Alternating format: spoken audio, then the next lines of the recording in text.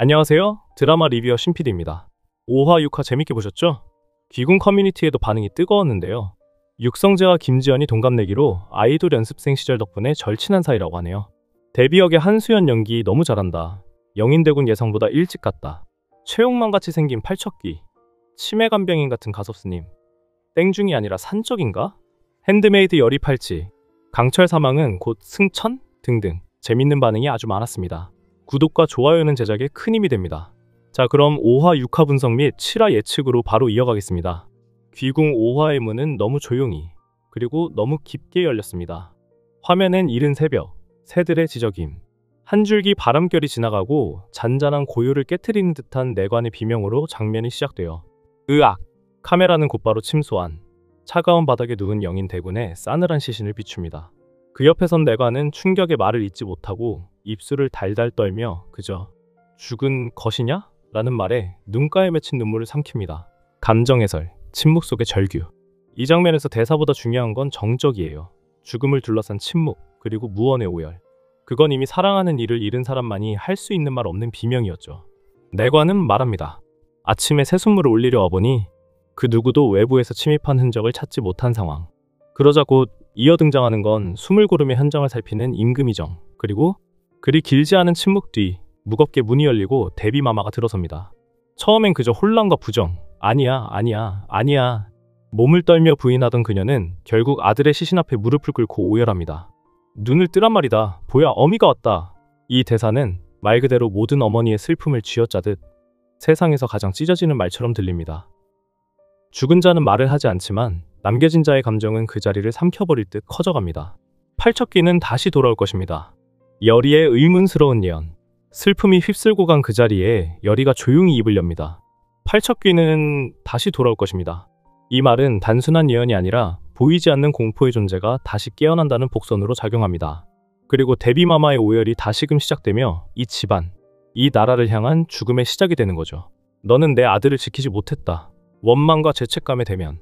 이후 데뷔마마는 맹인술사를 향해 분노를 터뜨립니다. 내 아들도 지키지 못하고 그리 죽게 만들어. 이건 단순한 비난이 아니라 누군가에게 책임을 묻지 않으면 견딜 수 없는 고통에서 비롯된 분노였죠. 데뷔는 말합니다. 그 아이 저승길 동물로 만들어주마. 그 말에 맹인 풍사는 그 술사놈을 찾지 않으면 마마도 위험해지십니다. 이 대사들은 단순한 협박이나 음모가 아니라 영적인 공포와 복수의 감정이 하나로 뒤엉킨 대사예요. 맹인의 속마음, 나레이션이 덧붙습니다. 천지장군을 이렇게 만든 그 술사 대체 누구란 말인겨? 이 순간 이야기는 단순한 죽음의 슬픔을 넘어 누가 이 죽음을 만들었는가에 대한 미스터리의 서막으로 넘어가게 됩니다. 5화 초반부의 감정 핵심 분석. 죽음은 한 사람만을 데려가지 않았습니다. 남은 이들에게는 죄책감, 분노, 슬픔을 한꺼번에 남기고 떠났죠. 데뷔마마의 절규, 여리의 예언, 맹인의 속삭임. 그 모든 것들은 우리에게 이렇게 속삭입니다. 죽음의 그림자는 아직 끝나지 않았다. 대사 해설, 경고인가, 운명의 목소리인가. 이 대사는 단순한 예측이 아닙니다. 팔척귀는 다시 돌아올 것입니다 라는 말은 단순한 예측이 아닙니다. 직접적인 체험과 감각에서 비롯된 확신처럼 들려요. 그녀가 마치 봤다는 듯 아니면 느꼈다는 듯. 그건 어쩌면 영혼 깊은 곳의 울림이기도 했고 어릴 적부터 몸에 새겨진 무당의 피가 이끌어낸 언어였는지도 모릅니다. 감정선 분석. 두려움과 사명 사이에서. 이 장면에서 여리는 두 가지 상반된 감정 사이에 놓여 있어요. 두려움의 관점은 팔척귀는 단순한 전설이 아니라 자신에게 위협을 준 존재. 그것이 돌아온다는 말은 곧 또 다른 죽음, 혹은 재앙이 다가온다는 뜻이기도 하죠. 여리만의 사명감으로는 그 말을 입 밖에 낸 순간부터 여리는 단순한 궁녀도 장인도 아닌 운명의 전달자, 혹은 예언자의 위치로 옮겨섭니다. 그 짧은 한마디가 이궁 안의 모든 인물들의 시선을 뒤흔드는 기폭제가 되죠. 상징 분석, 죽음과 부활, 순환의 복선. 팔척귀는 다시 돌아온다는 말에는 죽음의 완결이 없다는 것, 악의 순환이 다시 시작된다는 복선이 숨어 있어요. 대군의 죽음은 끝이 아닌 서막일 뿐이며 진짜 위협은 아직 도착하지 않았다는 것. 이 말을 던지는 여리는 단순히 위기를 알리는 인물이 아니라 이야기 흐름의 전환점을 열어주는 감정의 키입니다. 장면 마무리, 정적 속의 무거운 전율. 대사 이후 아무도 말을 잇지 못합니다. 심지어 데뷔마마마저도 흐느낌을 멈추고 그녀를 바라보죠. 그 순간 방 안의 공기가 바뀌어요. 눈에 보이지 않지만 무언가 깨어나는 느낌. 그 감정은 아주 조용히, 그러나 분명하게 전해집니다. 그리고 여리의 등 뒤로 아직 아무것도 시작되지 않은 다음 재앙의 그림자가 드리워지죠. 저는 이 장면에서 마음이 싸하게 얼어붙는 기분을 느꼈어요. 죽음을 목격하고도 담담하게 그것이 끝이 아님을 말하는 여리. 그건 예언이 아니라 저주처럼 들렸고 그 말을 한 여리 자신도 그것을 감당해야 할 운명에 묶인 자처럼 보였어요. 팔척기와의 격돌, 흔들리는 정체성, 운명 앞에 선 여리와 강철, 그리고 지켜보는 임금과 원자. 장면은 어두운 새벽, 찢어질 듯한 정적 속에서 여리가 낮게 속삭입니다. 강철아, 지금이야. 이건 사인입니다. 잠시 멈춰있던 시간 속에 야광주의 빛이 스르르 퍼지고 이무기 강철의 눈동자가 붉게 번쩍입니다. 그 순간 칼날이 튕겨나가고 싸움이 시작돼요. 챙! 맑고 날선 금소금이 전장의 시작을 알립니다. 팔척기는 이미 형체를 온전히 드러낸 상태. 사람의 형상이지만 그 눈빛은 텅 비고 입가엔 사리가 짙게 내려앉아 있죠. 강철은 이무기답게 압도적인 기세로 돌진합니다. 기압과 함께 내지르는 일격. 하지만 팔척기는 그 칼을 맨손으로 받아내며 버텨냅니다. 이앗! 강철의 기압 속엔 분노와 두려움 그리고 불안이 섞여 있어요. 그는 알고 있거든요. 자신의 힘이 예전 같지 않다는 것을. 팔척기는 포효합니다. 그 음성만으로도 뇌가 울릴 정도로 기괴하고 강렬합니다. 으아! 그 울림에 강철은 잠시 뒤로 밀려나고 야광주가 깜빡이며 균열을 보이기 시작합니다. 여리의 두려움 그리고 전장의 혼돈. 여리는 싸움 너머 원자와 임금 곁을 지키며 덜덜 떨리는 숨을 몰아쉽니다. 강철이 야광주로도 안 되는 거야? 그녀의 속마음이 들려옵니다. 믿고 있었던 힘이 무너지는 그 순간 여리는 자신이 직접 싸움에 들어가야만 한다는 사실을 자각하죠. 팔척기는 대철망을 찍고 임금과 원자가 있는 방향으로 움직이려 합니다. 그때 정이 외칩니다. 멀리 있거라. 정은 칼을 빼들고 뛰어들지만 팔척기의 포효 한 번에 땅바닥으로 튕겨나갑니다. 이 싸움은 이제 사람의 영역이 아닙니다. 강철의 희생, 불타는 야광주. 팔척기의 공격에 강철은 다시 쓰러지고 가쁜 숨을 몰아쉽니다. 야광주가 심하게 흔들리기 시작해요. 제기랄. 강철은 절규합니다. 그 목소리엔 자신의 무력함에 대한 분노와 여리를 지켜야 한다는 고통스러운 책임감이 담겨있죠. 여리는 외칩니다. 전하, 지금입니다. 이 대사는 단순한 타이밍 신호가 아니었어요. 모두를 살릴 수 있는 마지막 기회라는 믿음에서 나온 절박한 외침이었죠. 임금의 용기, 여리의 선택. 정과 임금이 동시에 움직입니다. 부적이 날아들고 방울이 울리고 팔척기의 몸이 순간 움찔합니다. 이 틈을 타 강철은 마지막 기합을 내지릅니다. 으아! 팔척기가 날카로운 비명을 지르고 야광주가 산산이 갈라지며 폭발적인 빛을 내뿜어요. 그러나 그 순간 강철도 무너집니다. 강철이의 신음과 거친 호흡. 그는 무릎을 꿇고 숨을 몰아쉬며 스스로가 소진되어 가는 것을 느낍니다. 전장의 끝. 그러나 남겨진 질문. 팔척기는 완전히 소멸하지 않습니다. 어딘가로 형체를 흩뜨려 도망가듯 사라지며 마치 다음을 기약하는 듯한 소리를 남깁니다. 여리와 강철은 겨우 숨을 돌리고 이 싸움 이후 두 사람 모두 스스로에게 묻기 시작합니다. 여리는 나는 누구인가? 왜 이런 힘을 감당하게 되었는가? 강철은 나는 더 이상 이무기가 아닌가? 그녀를 지킬 자격이 있는가? 이 장면은 물리적인 전투보다 더 깊은 내면의 충돌과 붕괴, 그리고 재정립의 시간이었습니다. 저는 이 장면을 보면서 숨을 멈춘 채 봤어요. 칼보다 무서웠던 건 사람들 마음 안에서 무너져가는 확신이었습니다. 강철이의 전보다 힘이 약해졌다는 혼잣말은 마치 우리 인생에서 지키고 싶지만 지킬 수 없을 때 느끼는 그 무력한 감정과 너무 닮아 있었고, 여리의 떨리는 손끝은 용기와 두려움이 동시에 박힌 작은 불꽃 같았습니다. 그 아이의 기이한 죽음을 어찌 납득할 수 있단 말이냐. 대비와 풍산, 중전을 향한 덫을 조용히 들이우다. 비밀의 약재, 그리고 침묵 속 sak임. 카메라는 궁의 한적한 뒤편, 화병 위에 놓인 한 줌의 검붉은 약초 더미를 비춥니다. 상궁이 말합니다. 이것이 중전마마께서 요새 드시는 약재라 하옵니다. 대비는 눈을 가늘게 뜬 채 그 약재를 내려다봅니다. 말없이 오래 침묵이 깃든 그 눈빛에는 불신과 계산이 번뜩이죠. 내의원에서 내주신 것이 아니고 사가에서 은밀히 들여온 약재입니다. 여기서 한 단어가 등장합니다. 안태환. 감정 해설. 심장의 틈에 스며드는 음모의 씨앗. 안태환은 유산을 방지하기 위한 약. 하지만 이 약의 존재는 중전이 새로운 생명을 품고 있다는 사실을 대비가 처음으로 알아차리는 순간이기도 하죠. 대비는 중얼거립니다. 우리 보가 죽었다. 그 아이의 그 기이한 죽음을 내 어찌 납득할 수 있단 말이냐. 이건 한 어미의 애도처럼 보이지만 사실상 이 장면은 복수와 의심이 씨를 뿌리는 장면이에요.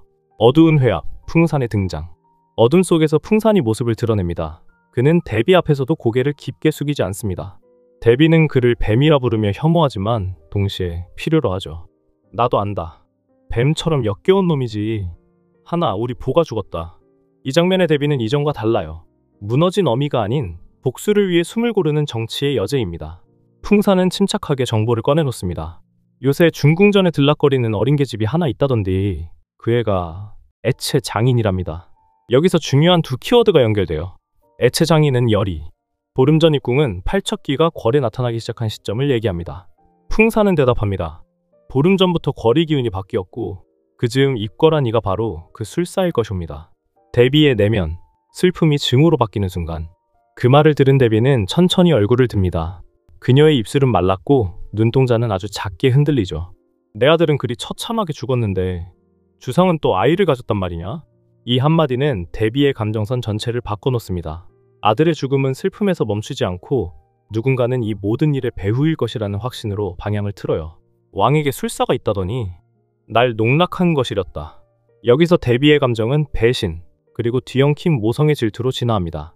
감정선 해설, 내 아이는 죽고 저 여인은 아이를 품었다.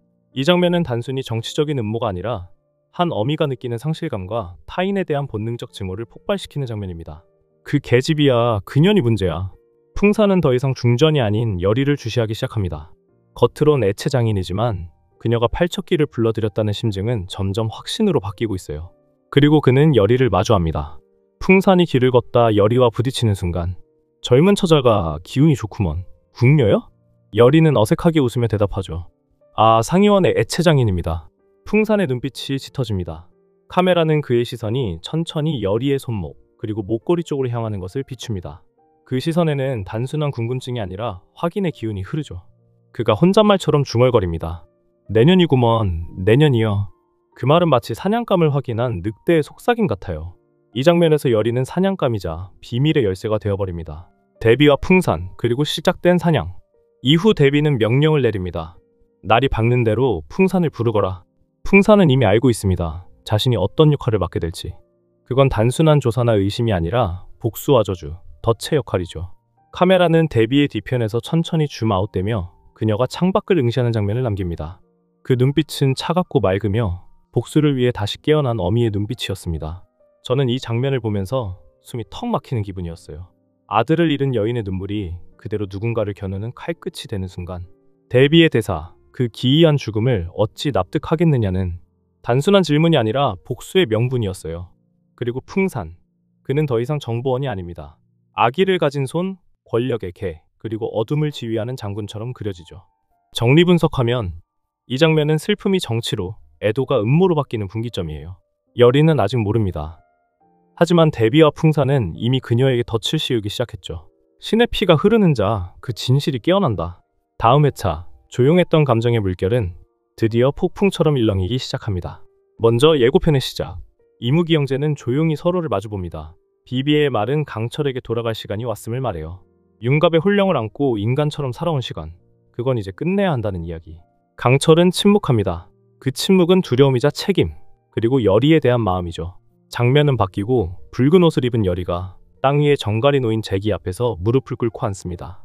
북소리, 방울소리, 열의의 낮은 중얼거림.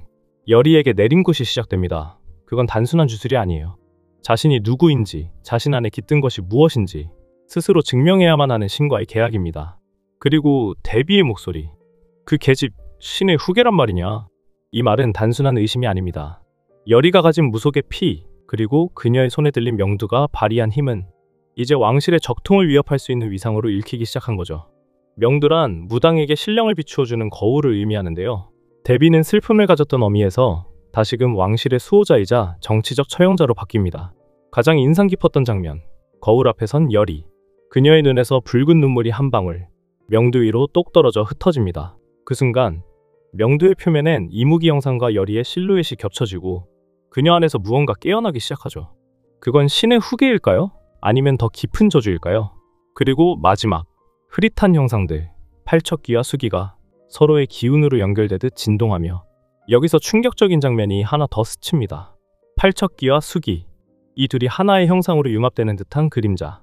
그건 단순한 두 악령의 연합이 아니라 하나의 궁극적인 악귀, 귀궁 그 자체가 깨어나는 서막일지도 모릅니다. 감정선 리뷰어 신PD의 7화 뇌피셜 정리. 강철은 형이 아닌 이무기로 돌아갈 것이고 윤갑의 혼령을 놓아주고 열의를 지킬 마지막 선택에 직면하게 됩니다. 하지만 그것은 곧 강철 자신의 생존 가능성을 줄이는 선택이 될 수도 있어요. 열의는 무당이 아닌 신의 매개자로 각성하게 되며 명두를 통해 거짓과 진실, 귀와 인간, 기억과 봉인을 구분할 수 있게 됩니다. 내림굿 이후 열의 안의 넙덕의 정원이 완전히 깨어날 가능성이 보이죠. 대비는 열의를 왕권을 위협하는 자로 규정하고 물리적인 위협 혹은 정치적 제거 시도를 계획할 수 있는 가능성이 충분하죠. 특히 중정과 열의의 연결고리를 끊으려는 시도가 예상되고 팔척기와 수기는 궁극의 악령 귀궁 출현 암시하는데요. 하나로 합쳐지는 그 존재는 더 이상 육체가 아닌 궁 자체를 뒤흔드는 정령적 존재로 등장할 가능성이 많아 보입니다. 마지막으로 감성 한 줄. 때로는 나를 지키기 위해 내가 누군지 알아야만 한다. 7화는 열의와 강철 두 존재 모두가 나는 누구인가라는 질문에 답을 내리는 회차가 될 거예요. 그 답은 누군가를 살리고 또 누군가를 울게 할지도 모릅니다. 여러분은 어떻게 예상하시나요? 붉은 눈물, 겹쳐지는 귀신의 형상, 그리고 명두 안에서 깨어나는 또 다른 열의. 여러분의 7화 뇌피셜 댓글로 함께 나눠주세요. 구독과 좋아요는 정말 큰 힘이 됩니다. 감사합니다. 안녕.